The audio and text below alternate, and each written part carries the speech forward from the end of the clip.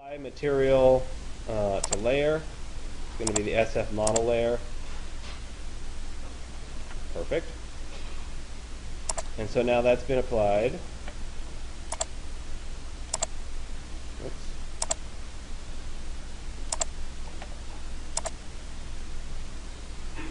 And so you have to be very kind of patient with this.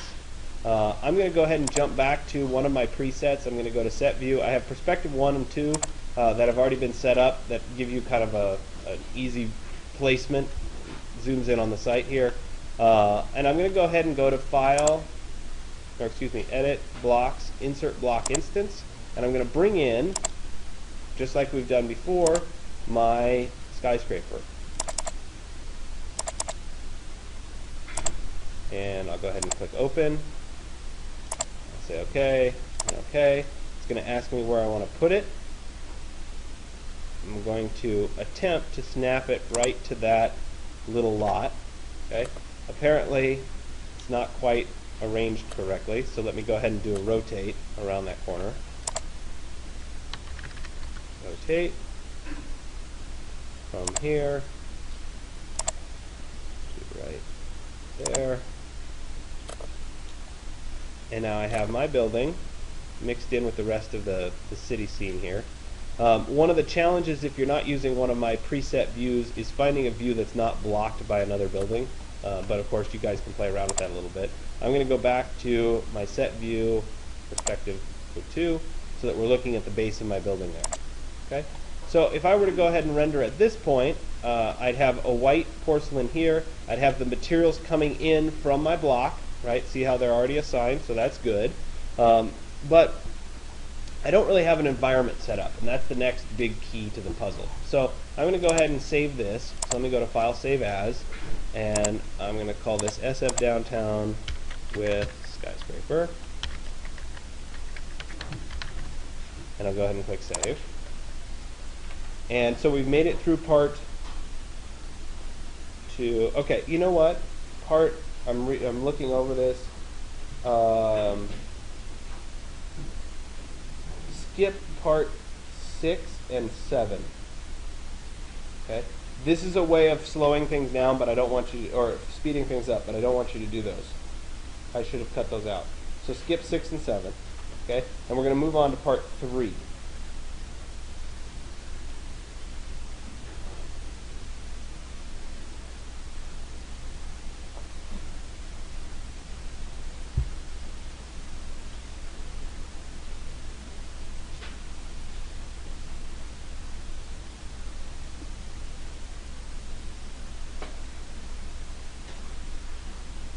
And I have to be a little bit patient while mine saves.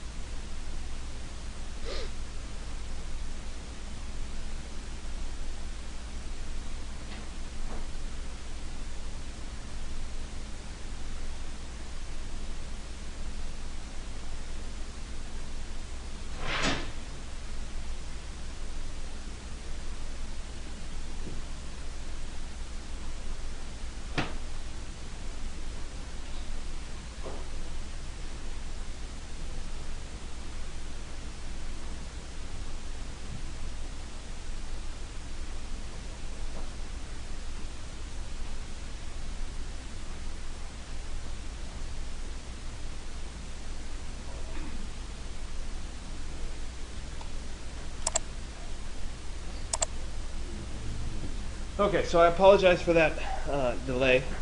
Sometimes this stuff happens. Okay, so we're going to move on. Remember, I said skip step 6 and 7.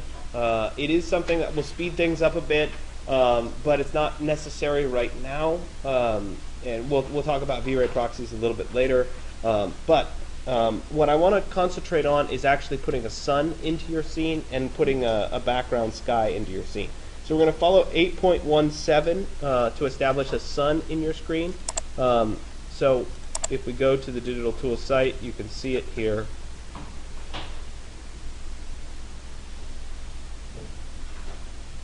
under V-Ray 8.1.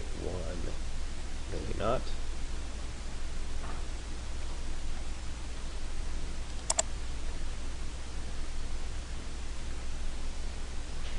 So you can follow along with it. I'm going to go ahead and start the process. The icons changed from the icon that I have shown in the book. It now has a little circle with a sun next to it. I'm going to go ahead and click on that circle with the sun, and it's going to bring up the sun angle calculator. And we don't want manual control because we don't want to have to figure out all the numbers ourselves. So I'm going to uncheck the box for manual control right here in the sun options. And then when I scroll down, we get a map of the world, and I can type right here under Find Place, I can type San Francisco, which makes life a whole lot easier because it will pull in our correct latitude and longitude for San Francisco. And then up above here, under Date and Time, this is where I can pick the date or the month of the year and also the time.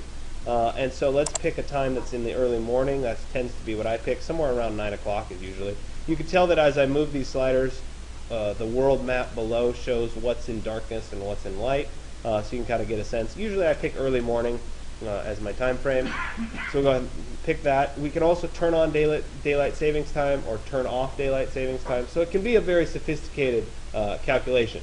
For what we're doing today, approximate is just fine. And you can see that it actually adjusted the sun angles, etc. North is straight up the y-axis, which should match with whatever we've already created. So if you needed to change that, you could change that if you wanted to. So I'll go ahead and say OK. Excuse me.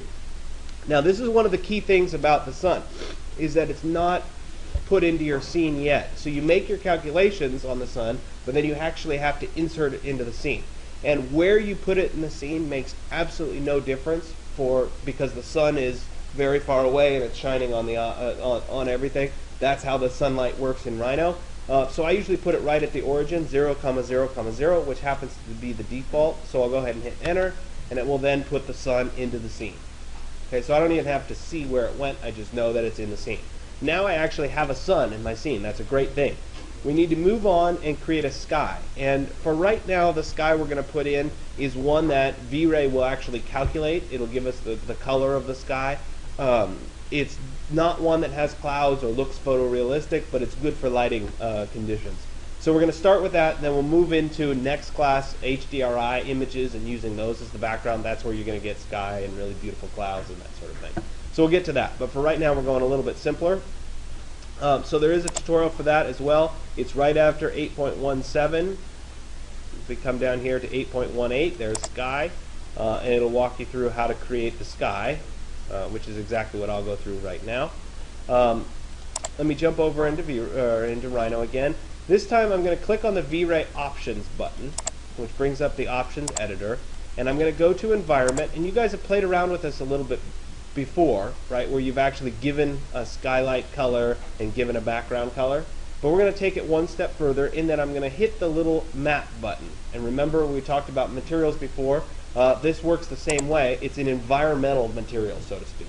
And so we're going to pick here, instead of bitmap, we're going to scroll down here until we see text sky. And once we pick text sky, we're also going to pick what our sun is. And our sun is represented by a very long string of numbers. And you're only going to see the one with the long string of numbers or the Rhino document sun. You want the one with the long string of numbers, and we'll go ahead and say OK. And that will tie the exposure level of the sun to the light that we're using as the sun. So I will also do it for both the GI and also for the background here. So let me click on the M here. I'm going to get to text sky. I'm going to pick my sun as the long string of numbers, and I'll go ahead and say OK. And so now I have a skylight applied and a background image applied. So both of those are set up for us.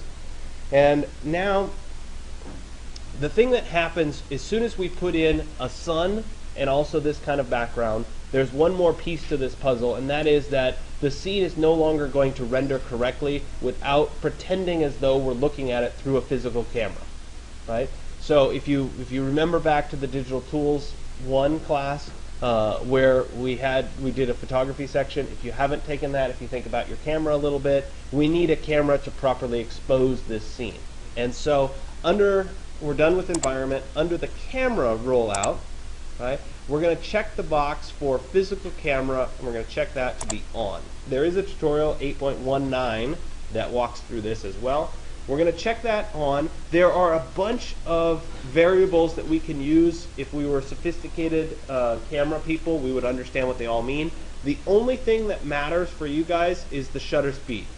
And it's set by default at 300. That means that the camera lens was open for 1/300th of a second. So the bigger this number gets, the shorter the exposure, and therefore the darker the exposure is going to get. The smaller this number, right, the longer the exposure, the lighter it's going to get. Okay?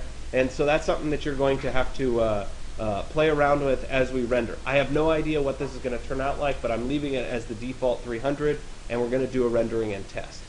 Okay? So we've done the camera part.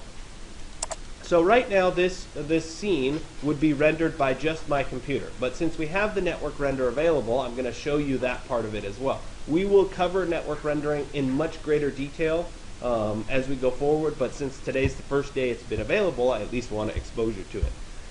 So I'm going to click on the system rollout, which is right here, and if we look at the bottom here, it'll say distributed rendering. We're going to check that box for on, so distributed rendering is now on. And then under hosts, there's a little button with 3 dots on it. And I'm going to click that button with 3 dots. Okay? It's going to bring up the V-Ray distributed rendering settings. If you click on Find Servers, it will go out and it will look for computers that are running the distributed rendering server. Okay? Let's see if it's going to find any more. It's probably going to say no, it hasn't found any because I've already found them this morning.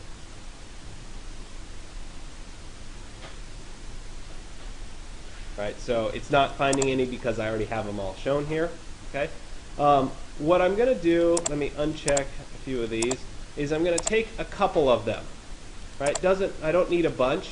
Right, we'll take 3 or 4, something like that. I'll put little check marks in them, and then I'm going to click on Resolve Servers, which is going to put an actual address in, right, to make sure that they're working. And I'll go ahead and say OK. The rest of these settings are fine by default. And I can go ahead and close my rendering there. And now, when I click on the render button, actually let me change the options here for a second. Let me go to output. And I'm going to make the output a little bit bigger. See how it's really small right now? Let's bump it up to 1920 by 1080.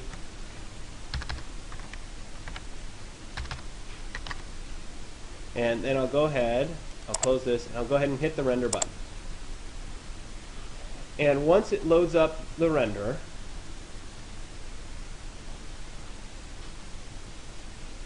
right, it's going to look for those hosts, and it's going to send out some data. So this first bit of squares are the 8 from my computer. It's going to start the render, and you're going to watch momentarily. I'll get a bunch more of those little squares that'll happen. But it takes a little bit of time in the initial startup to send out the correct files to a variety of computers. I have no idea what computers I'm using of this, but I'm at least using some of them. So give it just a second to load up this stuff.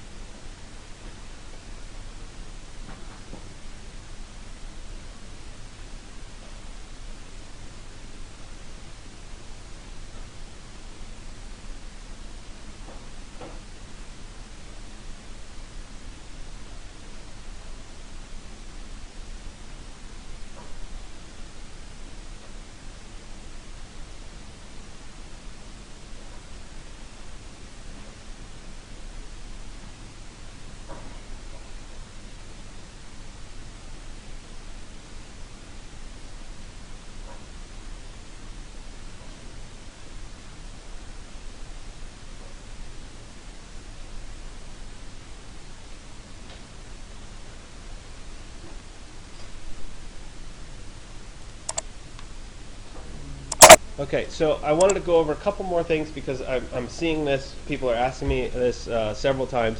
So I took this particular view, and if I did a normal rendering of this, it's not the most attractive. A lot of times people want to see the top of the building as well. So under my V-Ray options, I'm going to click on Output, and this controls the output. And I'm going to specify a viewport. So instead of picking one of the standard views that I normally do, I'll pick a relatively small width, and in this case, you know, pick 400, something like that. And then I'll pick a height of, say, maybe 2,000. And what this is going to do is it's going to render narrow but tall. And so even though my view on the computer screen doesn't show the top of my building, the rendering will. Right? So once I have that set up, I'll go ahead and do my render. And so I'll click on Render, and you'll see a much taller view show up. Maybe. But I wanted to at least point that out to everybody. See, now it's a much taller view. Maybe I went a little extreme by going 2,000, but we'll end up with the top of the building shown with some nice sky, and then down we'll end up with extra street at the bottom, so I can crop it afterward. But we'll let this go ahead and finish, and you can see, at least on the edge of the building here.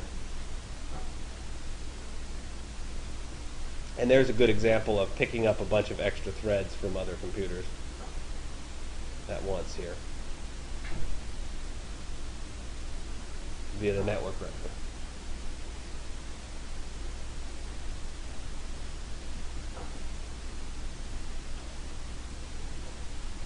So now you know that the whole city is there, you're only rendering a piece. I'm rendering a little piece of it. So I should have my backgrounds, and ultimately I should have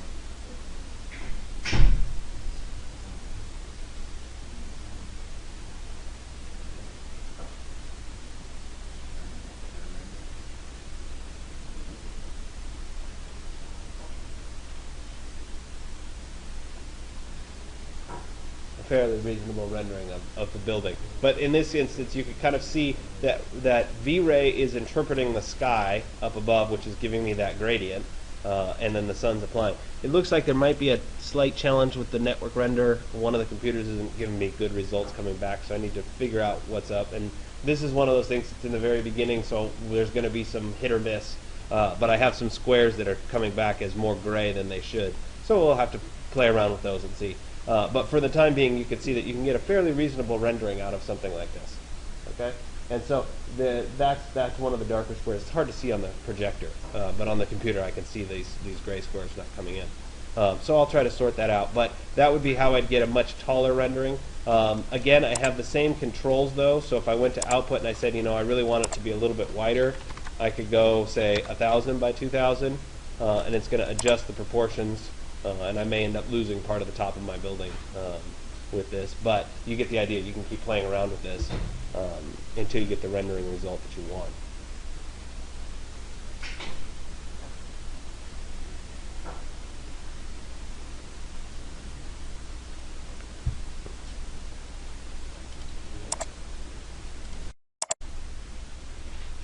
Okay, so today we're going to get into actual environments, sunlight, and that sort of thing in V-Ray. I think it's an exciting day because it's kind of a turning point in terms of what your renderings are going to start looking like.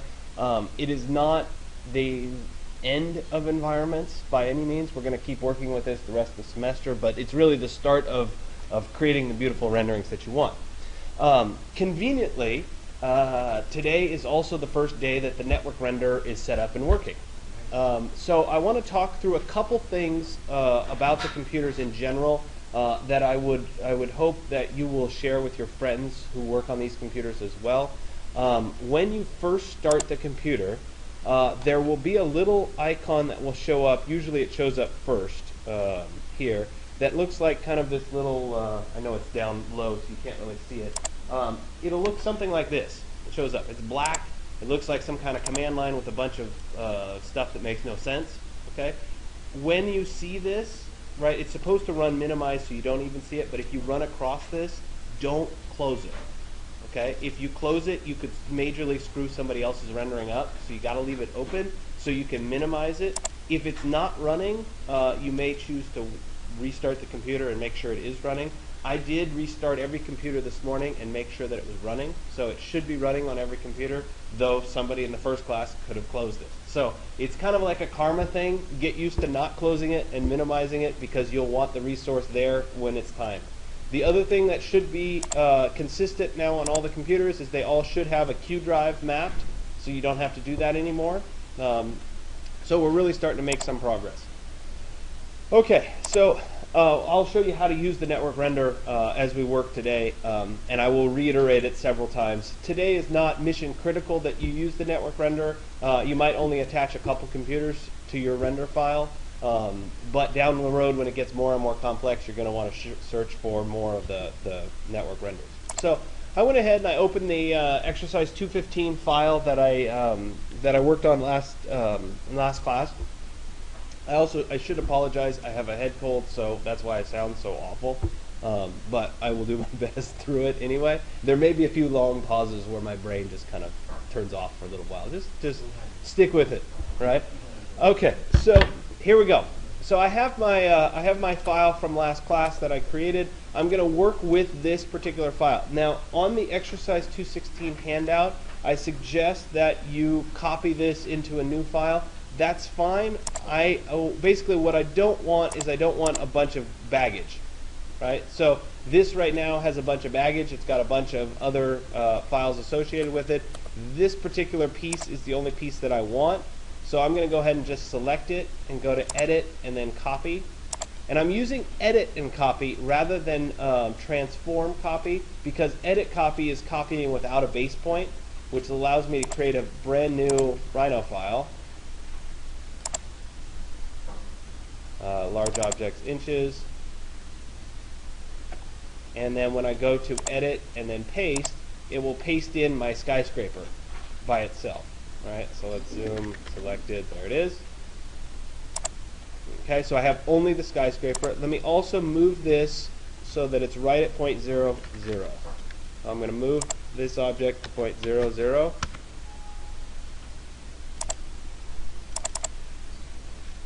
There it is. Let me zoom selected on it. And now I'm going to do some layer cleanup. Okay, so I have my skyscraper layer. Let's switch into shaded mode for a second. I have my skyscraper layer. It has a surface on it. It has floors on it. I have no idea what those are ceilings. Ceilings. There we go. Now the rest of these shouldn't have anything on them. So let's just double check. Good, they don't. Let me select them all and get rid of them. And I'm doing this because I want to make sure that I have a very clean file because ultimately I'm going to bring it into a cityscape so that I can do some renderings.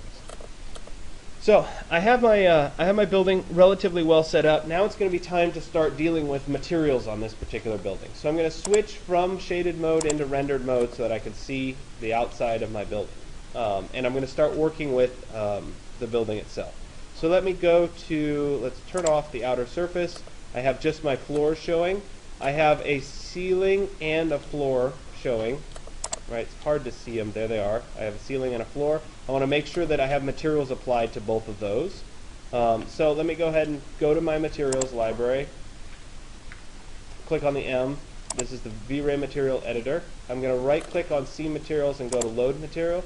Now the good news is the Q drive's working, so we can go straight to the Q drive. Let me go to V-Ray materials. I'm going to pick concrete, and I want kind of a basic dark concrete. Let's do something like that. That works. Let's go dark concrete. Why not? And I'll go ahead and open it. It will load in quite nicely. There it is. That's what it looks like as a preview.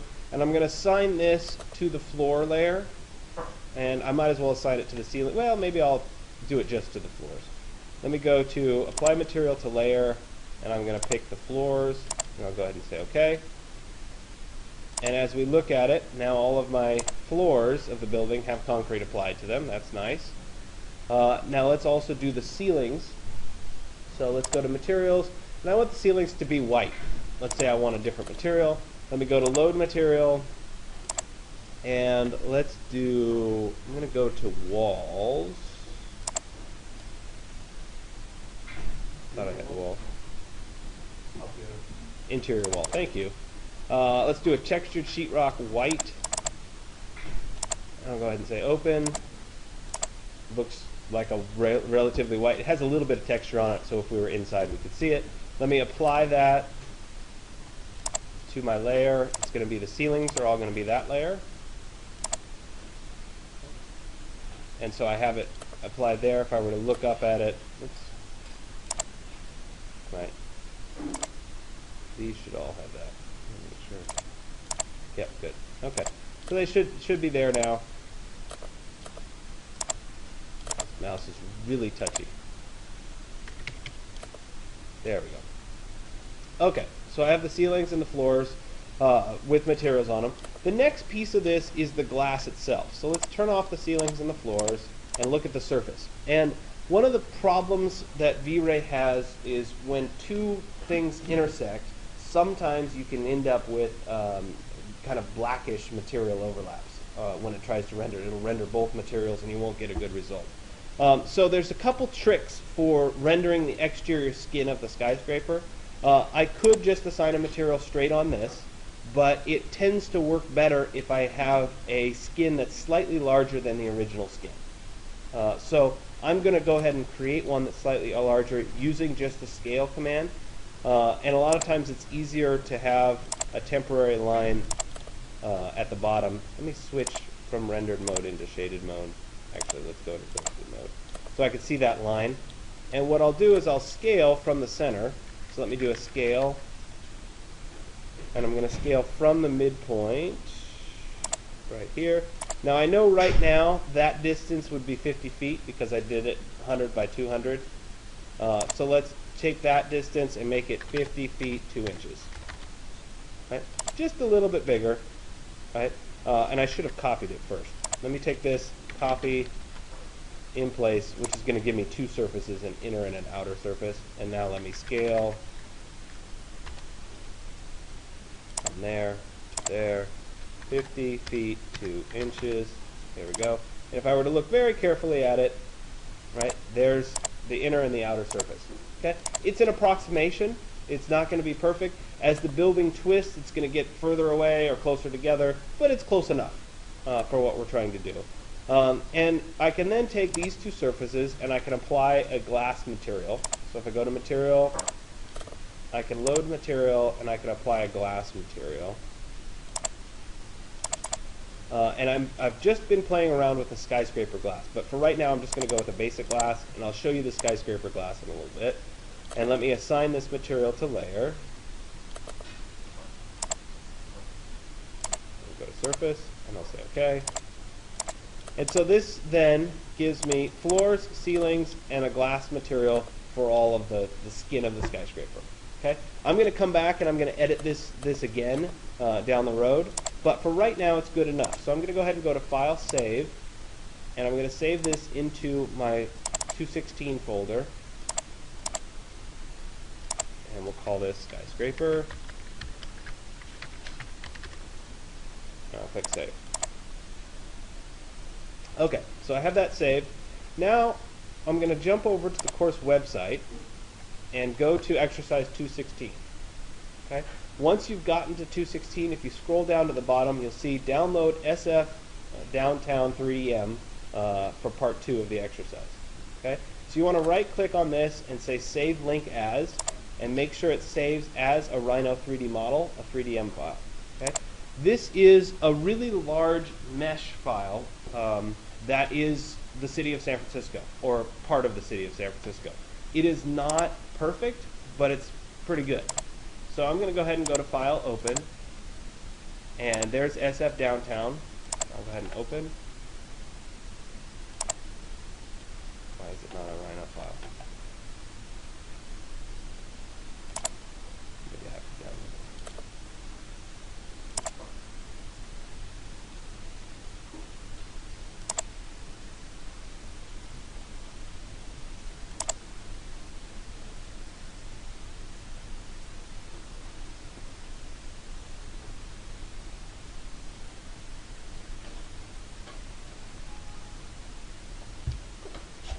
Really?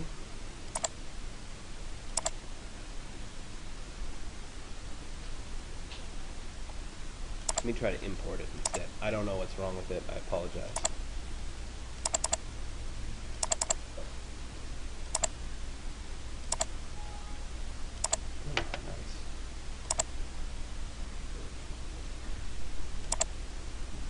Oh, I wonder. Yeah, that's right. This is my fault. So, because the file was so large, it's a link to a Dropbox file. So I actually have to click on the link. I was right-clicking here. Instead, click on it. It'll take you to Dropbox where you can click the download button. I should make a note of that. And it will take a little bit more time to download. This is a 62 megabyte file.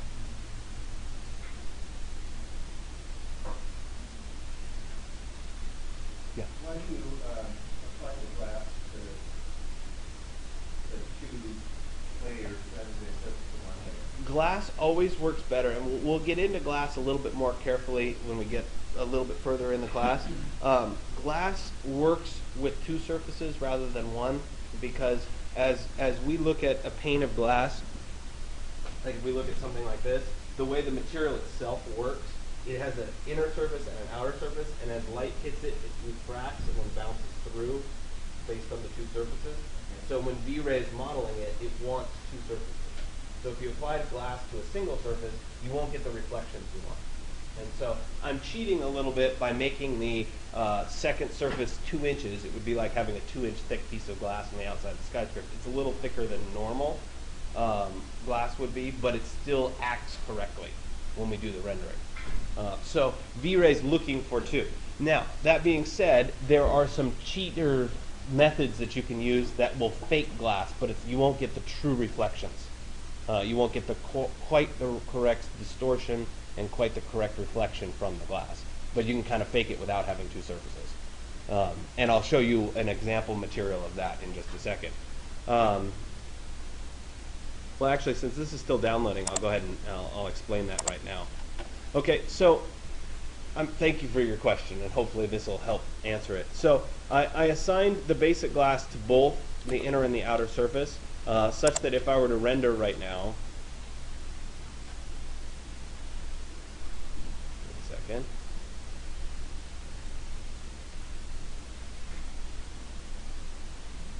We would get a fairly reasonable transparency, but also reflection. I don't have enough environment really to see much, but you can see that we're actually seeing through it, but we're getting a little bit of a reflection as this continues to work itself out. One of the alternatives to that is to use a material that's not built as true glass. So if we look at this, we get that kind of distortion. I have, and I've been working on this morning, a skyscraper material that is on the material library here. It's called Glass Skyscraper, and if I bring that material in, it's a single surface material, and it's built, if we look at the construction of it, it has a reflection on it. It also has maps applied to control, basically it has little structural elements to the glass, and it's probably easiest to see in the transparency here. If I were to preview it, you could see that I have some black dividing lines, okay? But it's built to be a singular material. So let's apply that instead to this outer surface.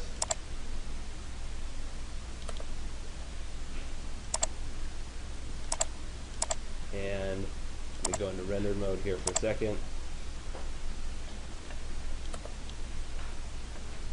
It's applying kind of in a funny manner, so I need to adjust my texture mapping. I'm going to go to texture mapping. I'm going to do a box mapping, bounding box, world, and it's capped. And then I'm going to adjust this value to be much, much higher. And the UVW repeat, the panel size is supposed to be basically 1 per floor. So I have 50 floors, so this would be somewhere in the neighborhood of about 50 in the repeat. And I did check the box here, and now if we zoom, if we zoom in, we can see that it's divided up into individual little panes. Can you guys see that a little bit? Right? So I applied it that way. It should be consistent from one side of the building to the other, but we may have to do some customization. It actually should have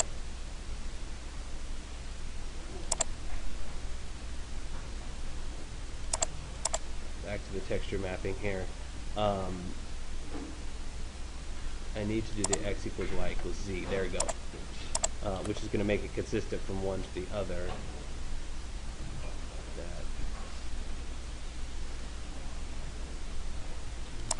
So there's some finesse that may be involved in getting this to look the way we want it to, but that should give me a fairly good rendered result. Okay? So I'm going to leave that as it is, and I'll go ahead and save it. And then hopefully this is finished downloading, which it has. So let me show in folder. There it is. Let me copy it onto my flash drive.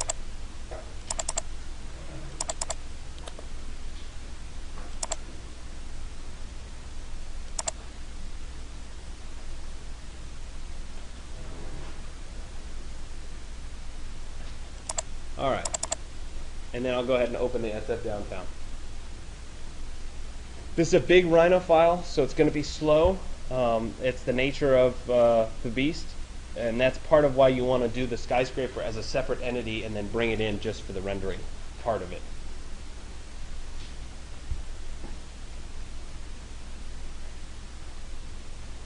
This was not a file that I created. It was a file that was created at UC Berkeley and has been adapted. I have a lot that's been designed for you right here. That's where you're going to put your skyscraper. It matches up really nicely. I'm trying to make life easy. But if we zoom out a little bit and we take a look at it, we can see that, yes, lo and behold, it is the city of San Francisco, minus some of the outer areas.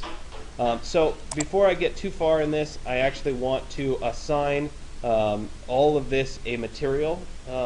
And we will go through a lecture a little bit later on in the semester that talks about the different styles of rendering and what you're going for in a final presentation.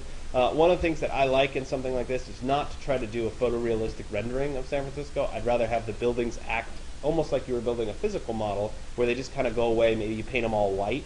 I tend to use a white porcelain as the background. It seems to work really well for me. So let's go ahead and select the city model objects. There it is. I'm going to load up a material here. Lo and behold, the white material is already here. Though now that we're going to use network rendering, I'd rather load it off the network drive.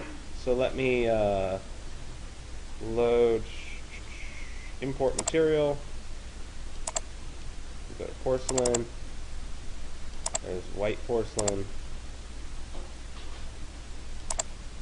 So to preview it, it still looks like white porcelain. And let me apply